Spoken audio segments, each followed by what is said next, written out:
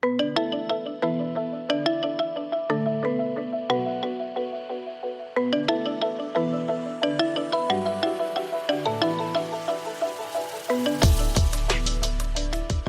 everyone. Welcome to the Unscaled Travel Show. I'm Jeremy Long, your host. I'm here with my co-explorer, as always, Amy Long. Hi, everyone. We're coming to you from beautiful Las Vegas, Nevada. We are brought to you by Diamondback and Land Surveying. And we have a really fun show for you today because we're talking about one of Amy's favorite places. One that she was like, I would move here tomorrow and just whatever and whatever. And we're talking about New York City, in particular, Manhattan. Right. I would not move there. Really? You wouldn't move to Manhattan? I would not. It's too crowded for me. Let me say, you seem very much at home in Manhattan. I like it in small chunks of time, but I would not want to live there every day. No. Well, let me ask you, before we get into it, we're going to share with you, some of the landmarks to go visit. We had some fun. We went into some different things. And also we stumbled upon some fun places to eat and a few regular places to eat that you should be on your docket as well. But let me ask you straight up, like right now, I think there's a lot of, there's a lot of kind of mixed feelings going on. There are people saying there are always people that are like, I don't like New York and whatever. But we both kind of, we both like New York. What is it about New York that you really like? I like that there's so much culture. Like pretty much anything you want to do, anything you want to learn. Like I think I saw the statistic that there's over 800 languages spoken in the city. That's incredible to me. Any kind of food you want to eat, you can find it there. Museums on pretty much anything, you can find it there.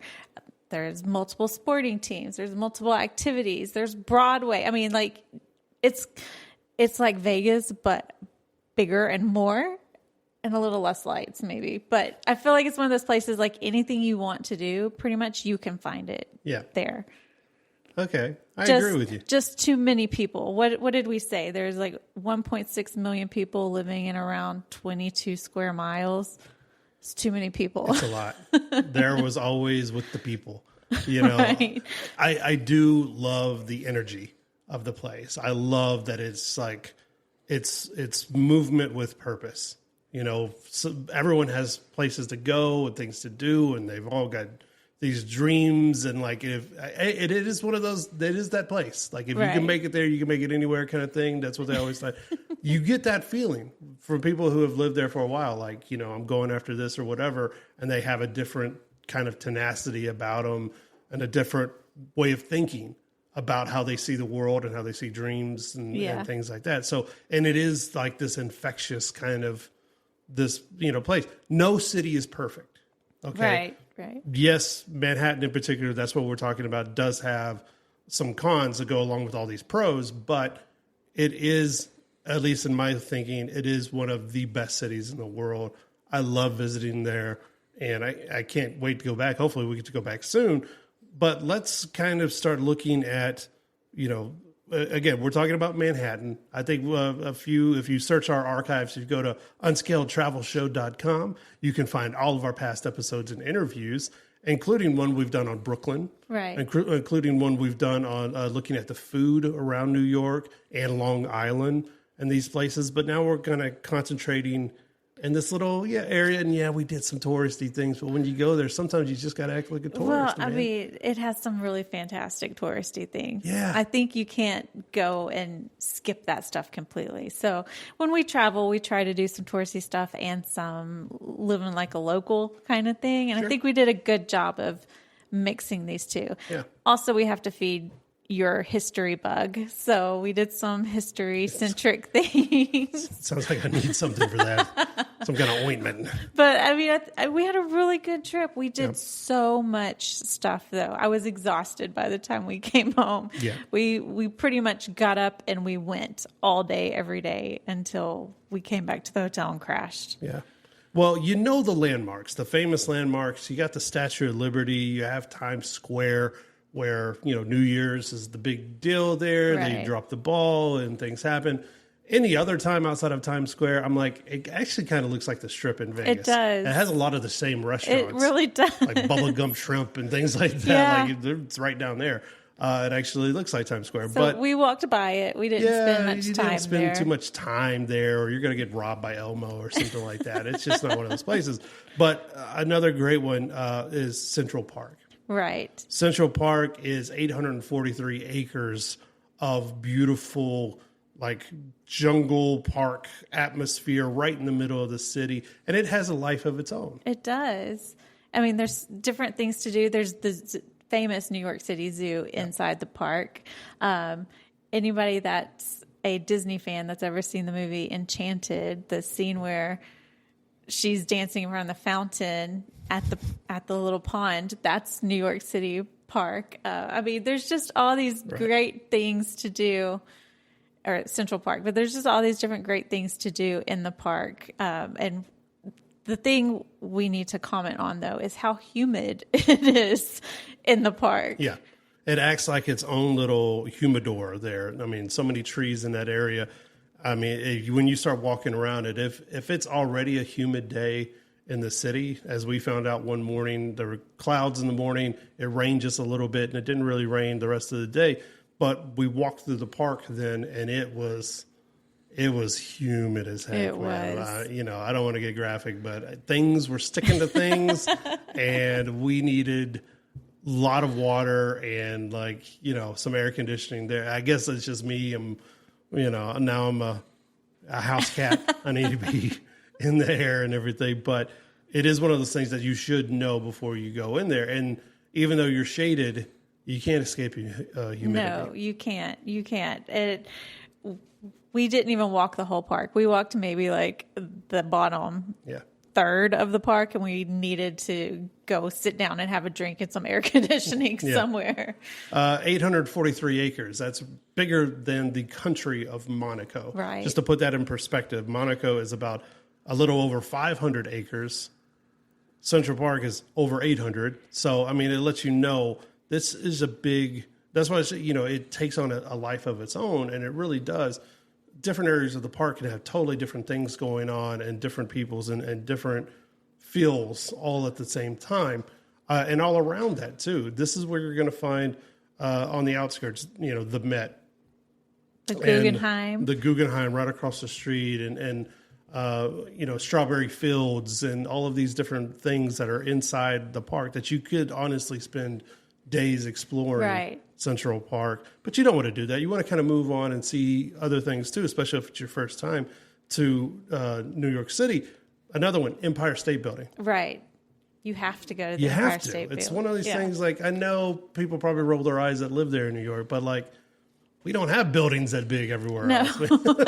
You really don't. Yeah. I mean, it's impressive. And I went to New York for the first time when I was in high school and went up into the top of the Empire State Building.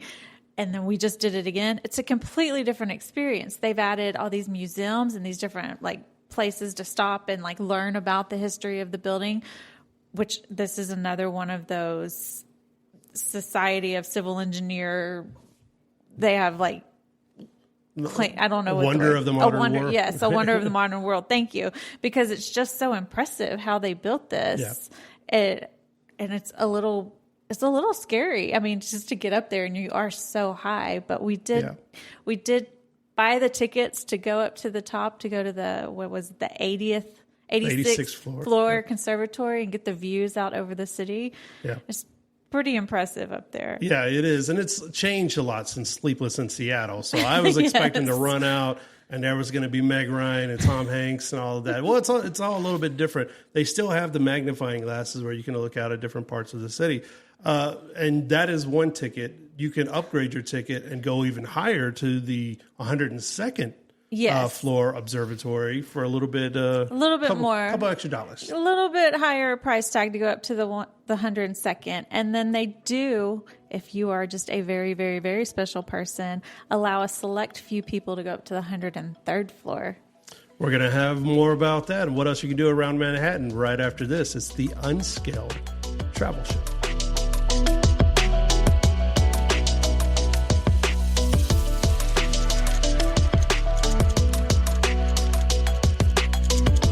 Unscaled Travel Show is brought to you by Diamondback Land Surveying. For all your land surveying needs, contact Diamondback Land Surveying at 702-823-DBLS.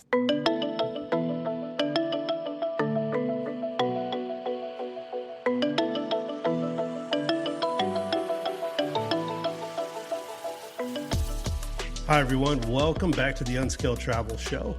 I'm Jeremy Long, coming to you from Las Vegas, Nevada, here with my co-explorer, as always, Amy.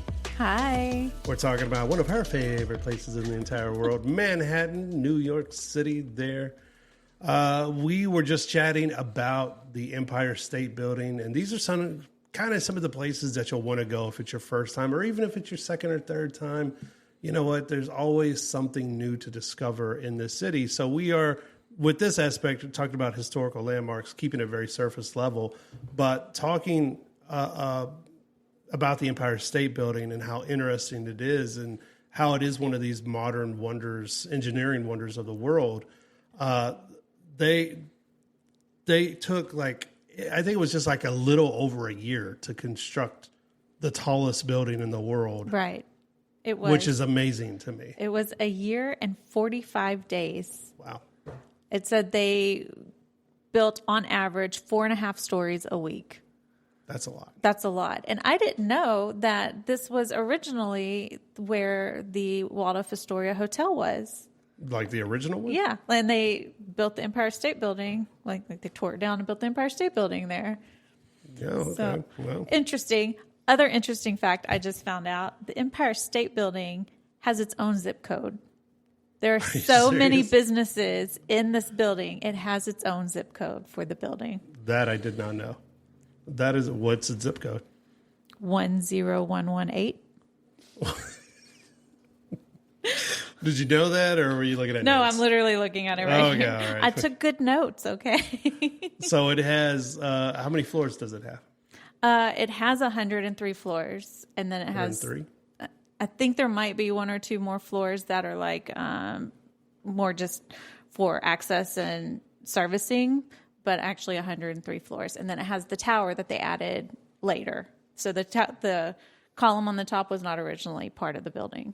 So before we went to break, you were saying that, of course, you can get the one ticket to go up to the 86th floor observatory, which is the most famous one. You can pay a couple of dollars more and go up to the 102nd story, which is higher up. And then on special occasions, you can actually rent. Well, so I was incorrect on this. Oh, okay. Okay, so they do offer, if you want to propose on the top of the Empire State Building, they do offer a package. Oh. I think it used to be on the very, very top level, but it's no longer up there. They do it on the lower observatory level, but they do have the 103rd floor observatory that is only available to VVIPs. It says celebrities and like dignitaries are the only people that get to go up there now. Are you telling me Tom Brady can go up there, but I can't? Sorry, dude. Another thing he's better than me at. Another thing. Yeah, well, that's actually very interesting.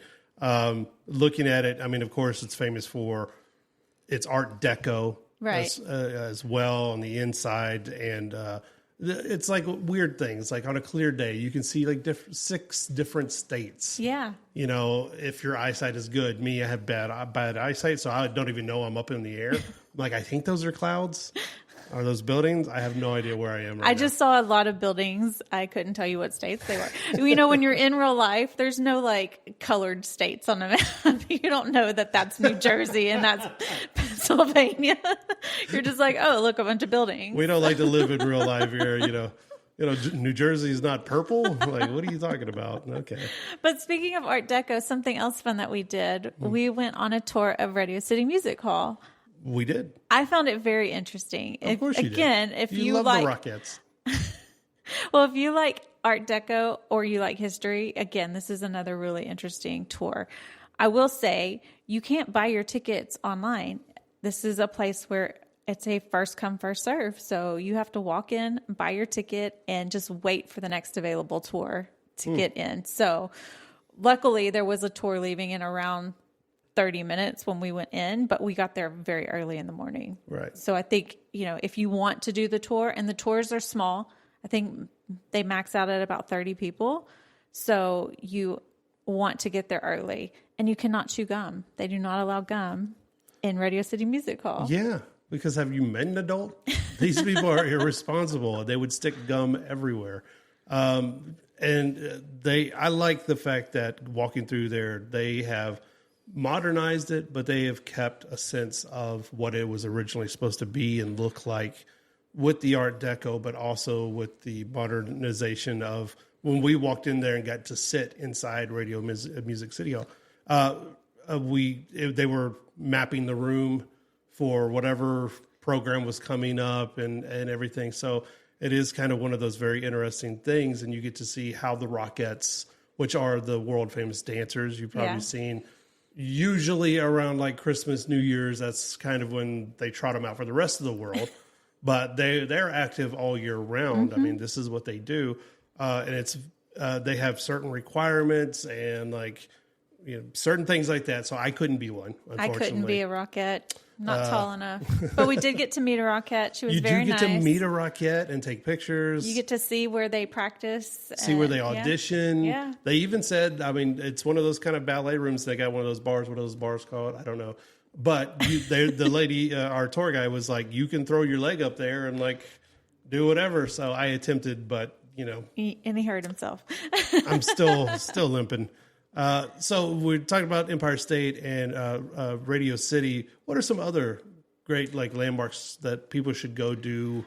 Well, I think one of the things we knew right away we wanted to go to was to go to the Met, the museum. I mean, there's a few different museums that are considered the Metropolitan, but we went to the main museum, which is on the edge of Central Park that we were talking about earlier. You could spend all day in there. I mean, we spent probably 4 hours in there and we still didn't see everything. So you kind of have to decide what parts you want to go see. You knew you wanted to go see a certain painting. So we asked and we found it and we made a beeline to that painting so that you could see it. While we were in there, we kind of talked about the differences between the Met and another very famous museum in the Louvre, right?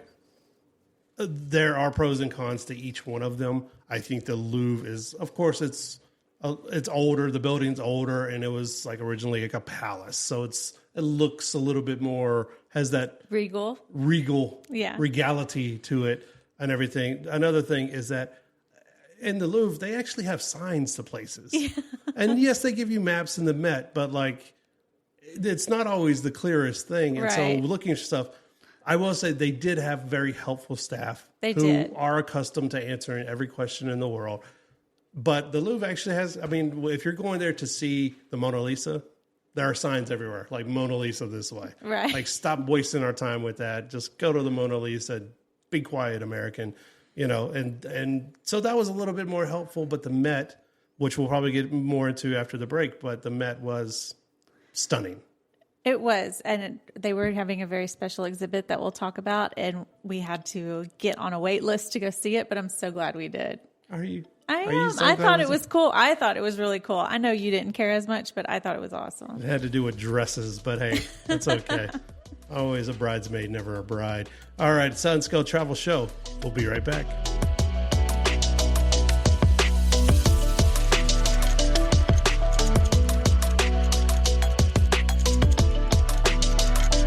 Unscaled Travel Show is brought to you by Diamondback Land Surveying. For all your land surveying needs, contact Diamondback Land Surveying at 702-823-DBLS.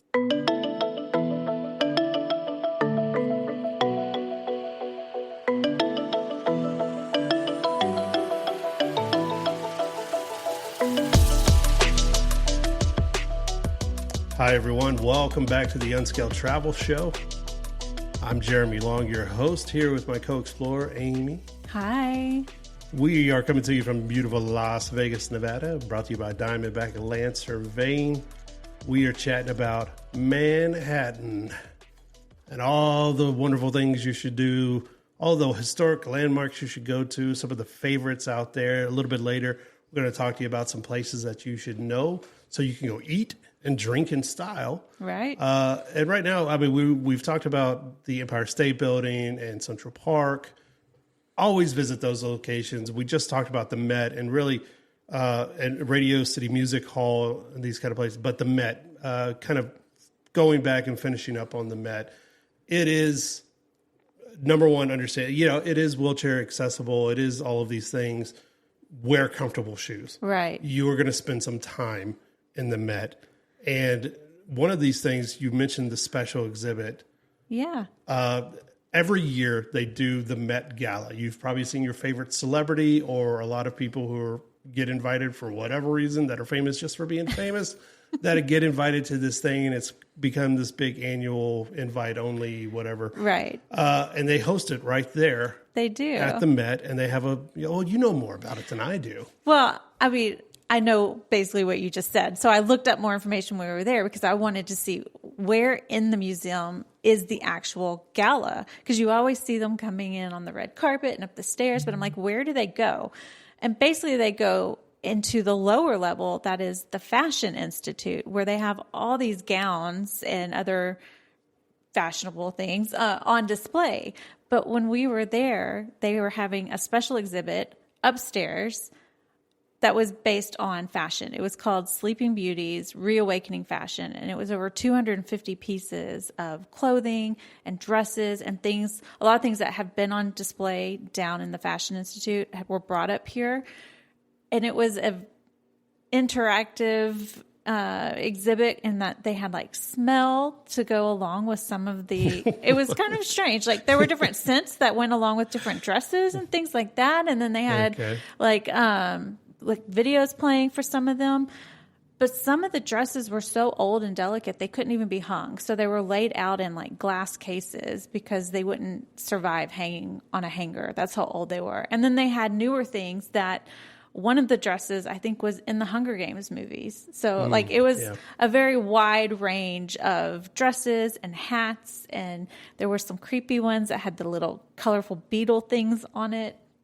Classic Chanel and Dior. I thought it was fascinating because I love fashion. Yeah. I think you thought it was fascinating in the aspect of, like, why do people find fashion fascinating?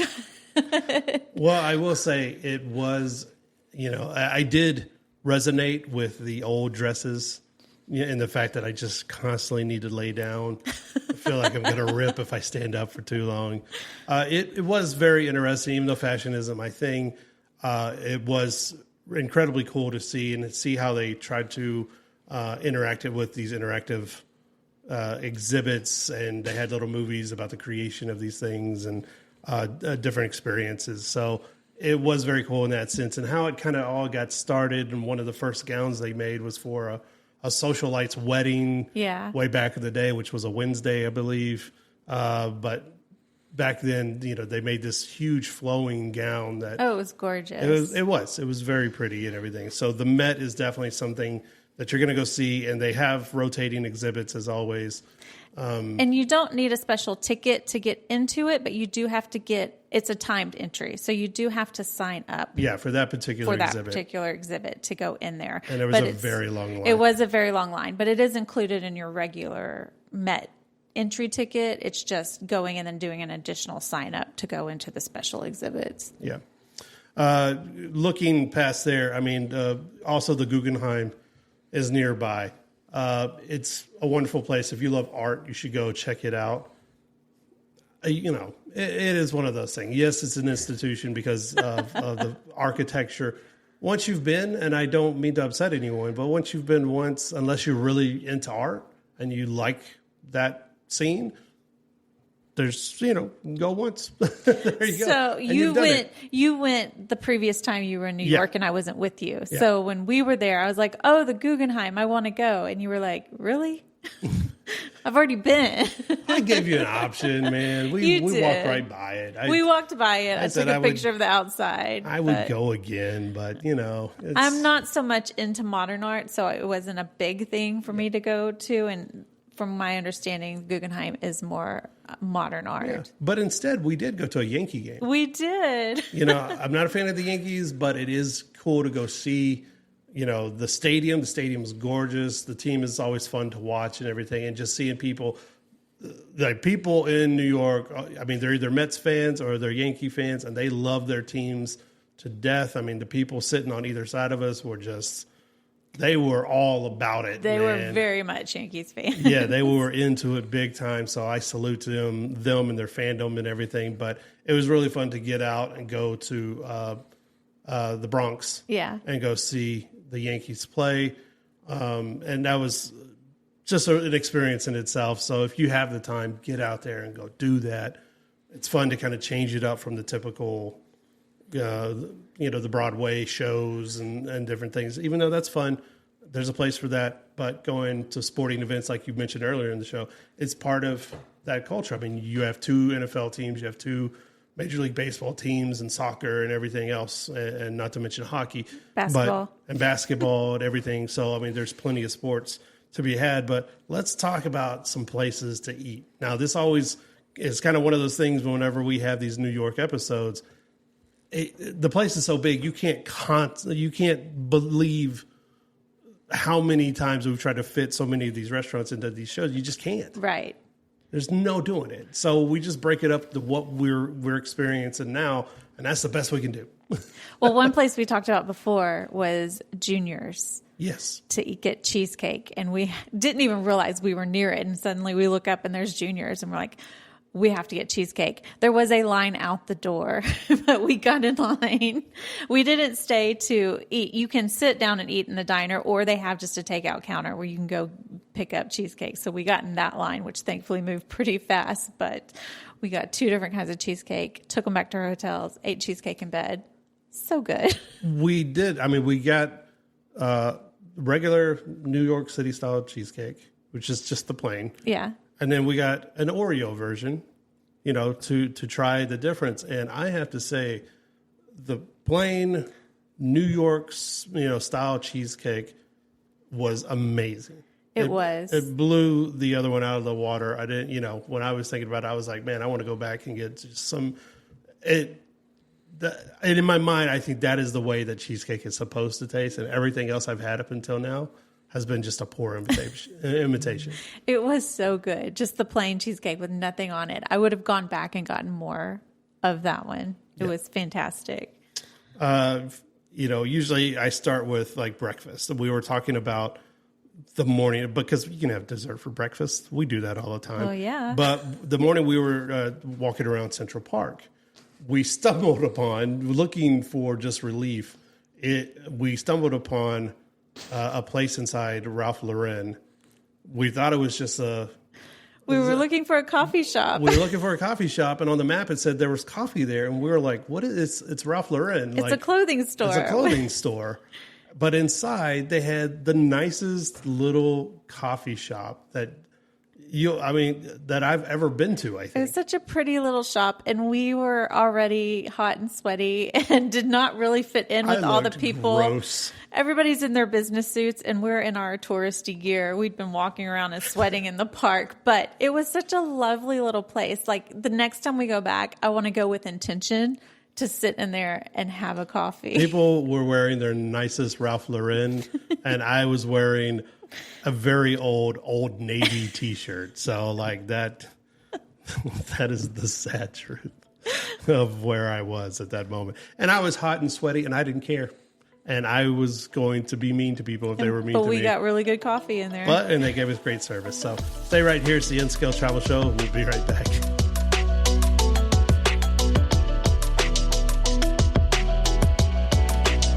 Unscaled Travel Show is brought to you by Diamondback Land Surveying. For all your land surveying needs, contact Diamondback Land Surveying at 702-823-DBLS.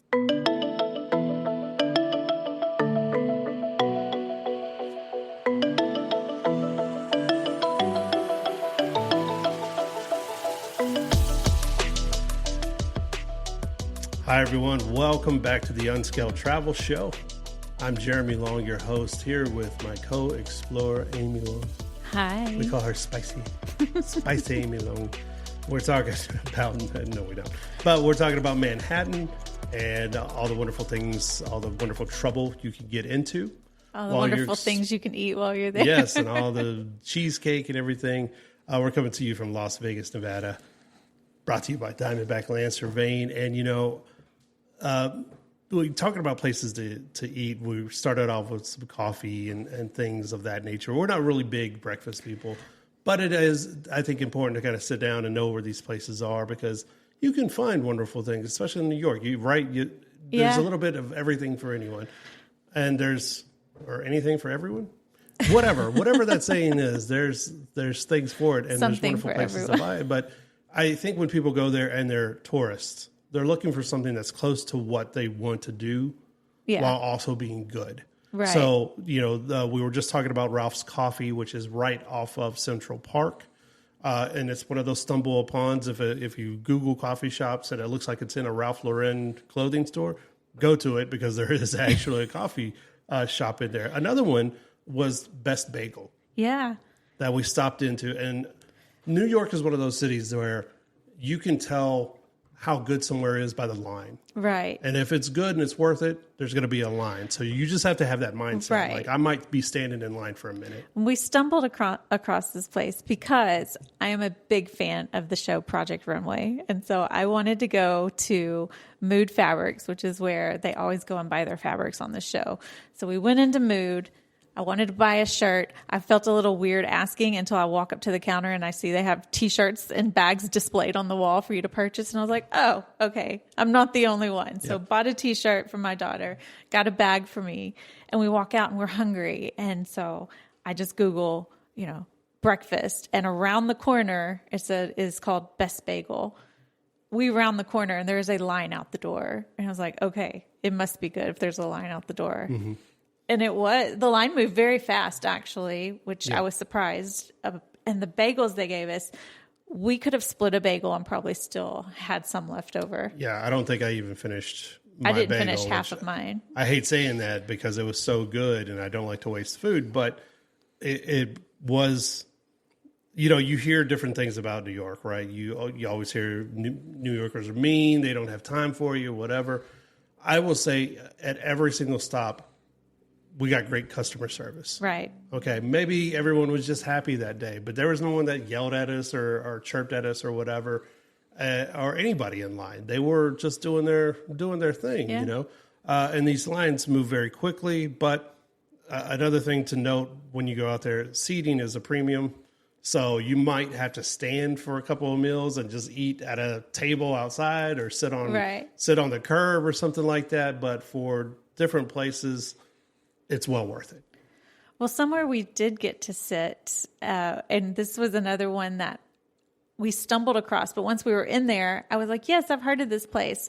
We had dinner at this place called Ellen's Stardust Diner on Broadway.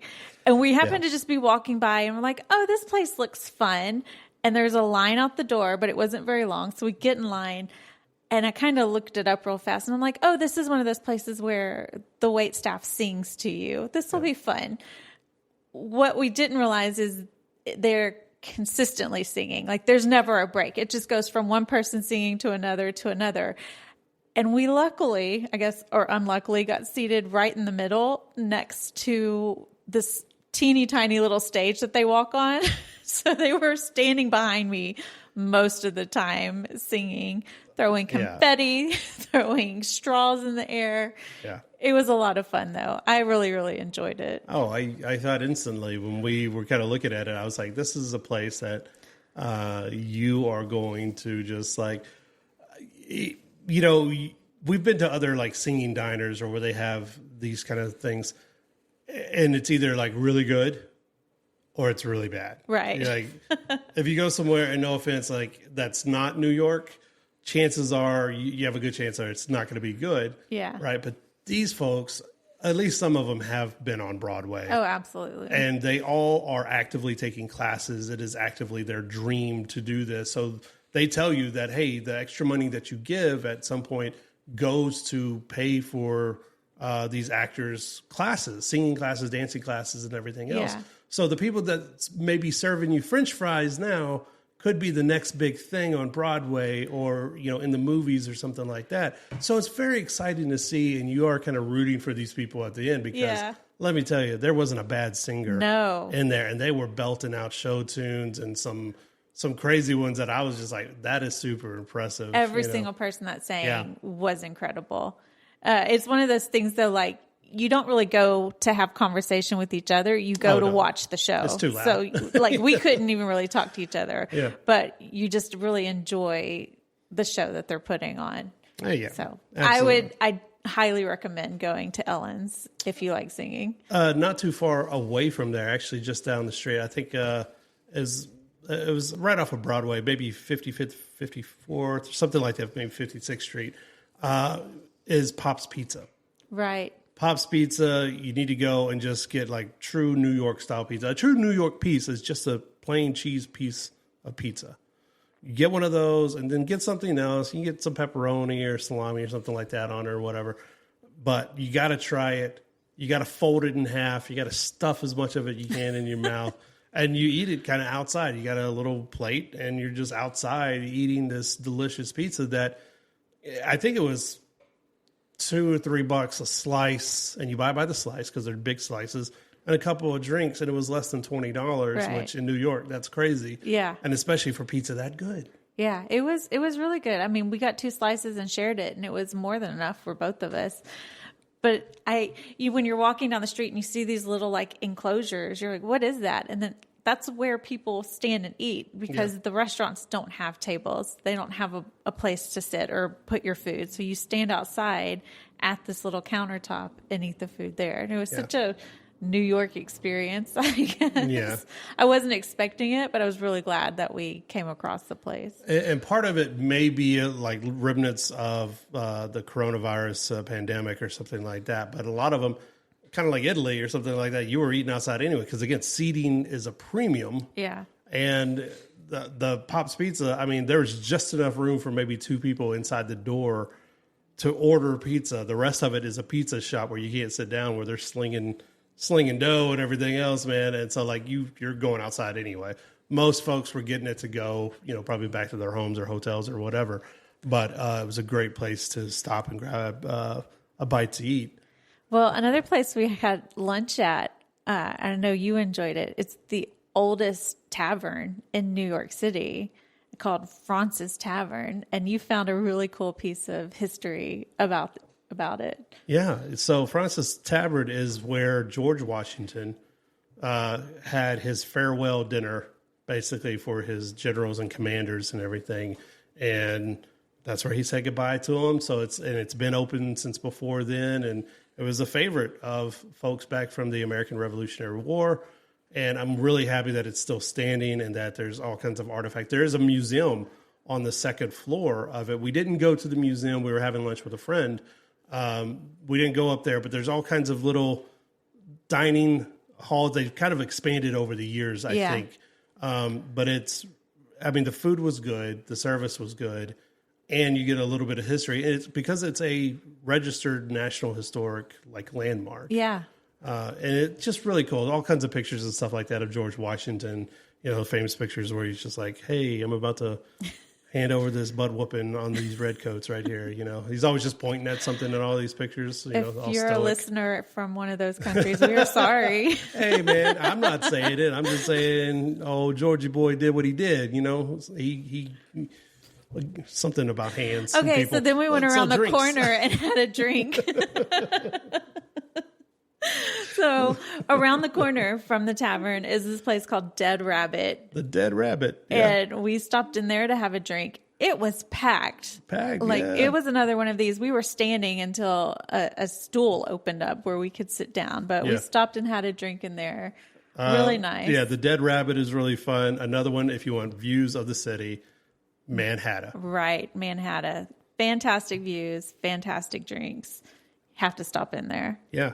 And they have a fixed dinner menu that you can go up there. You need reservations, definitely get reservations. Or you could just stop in, order a la carte off the menu for lunch and, experience it that way. But really, it comes to live at night when you get to see the city lights and everything else. So we hope you had fun on this another tour of New York City. We appreciate you guys listening, stopping by, and the YouTube channel as well, Unscaled Travel Show. We will see you guys next time.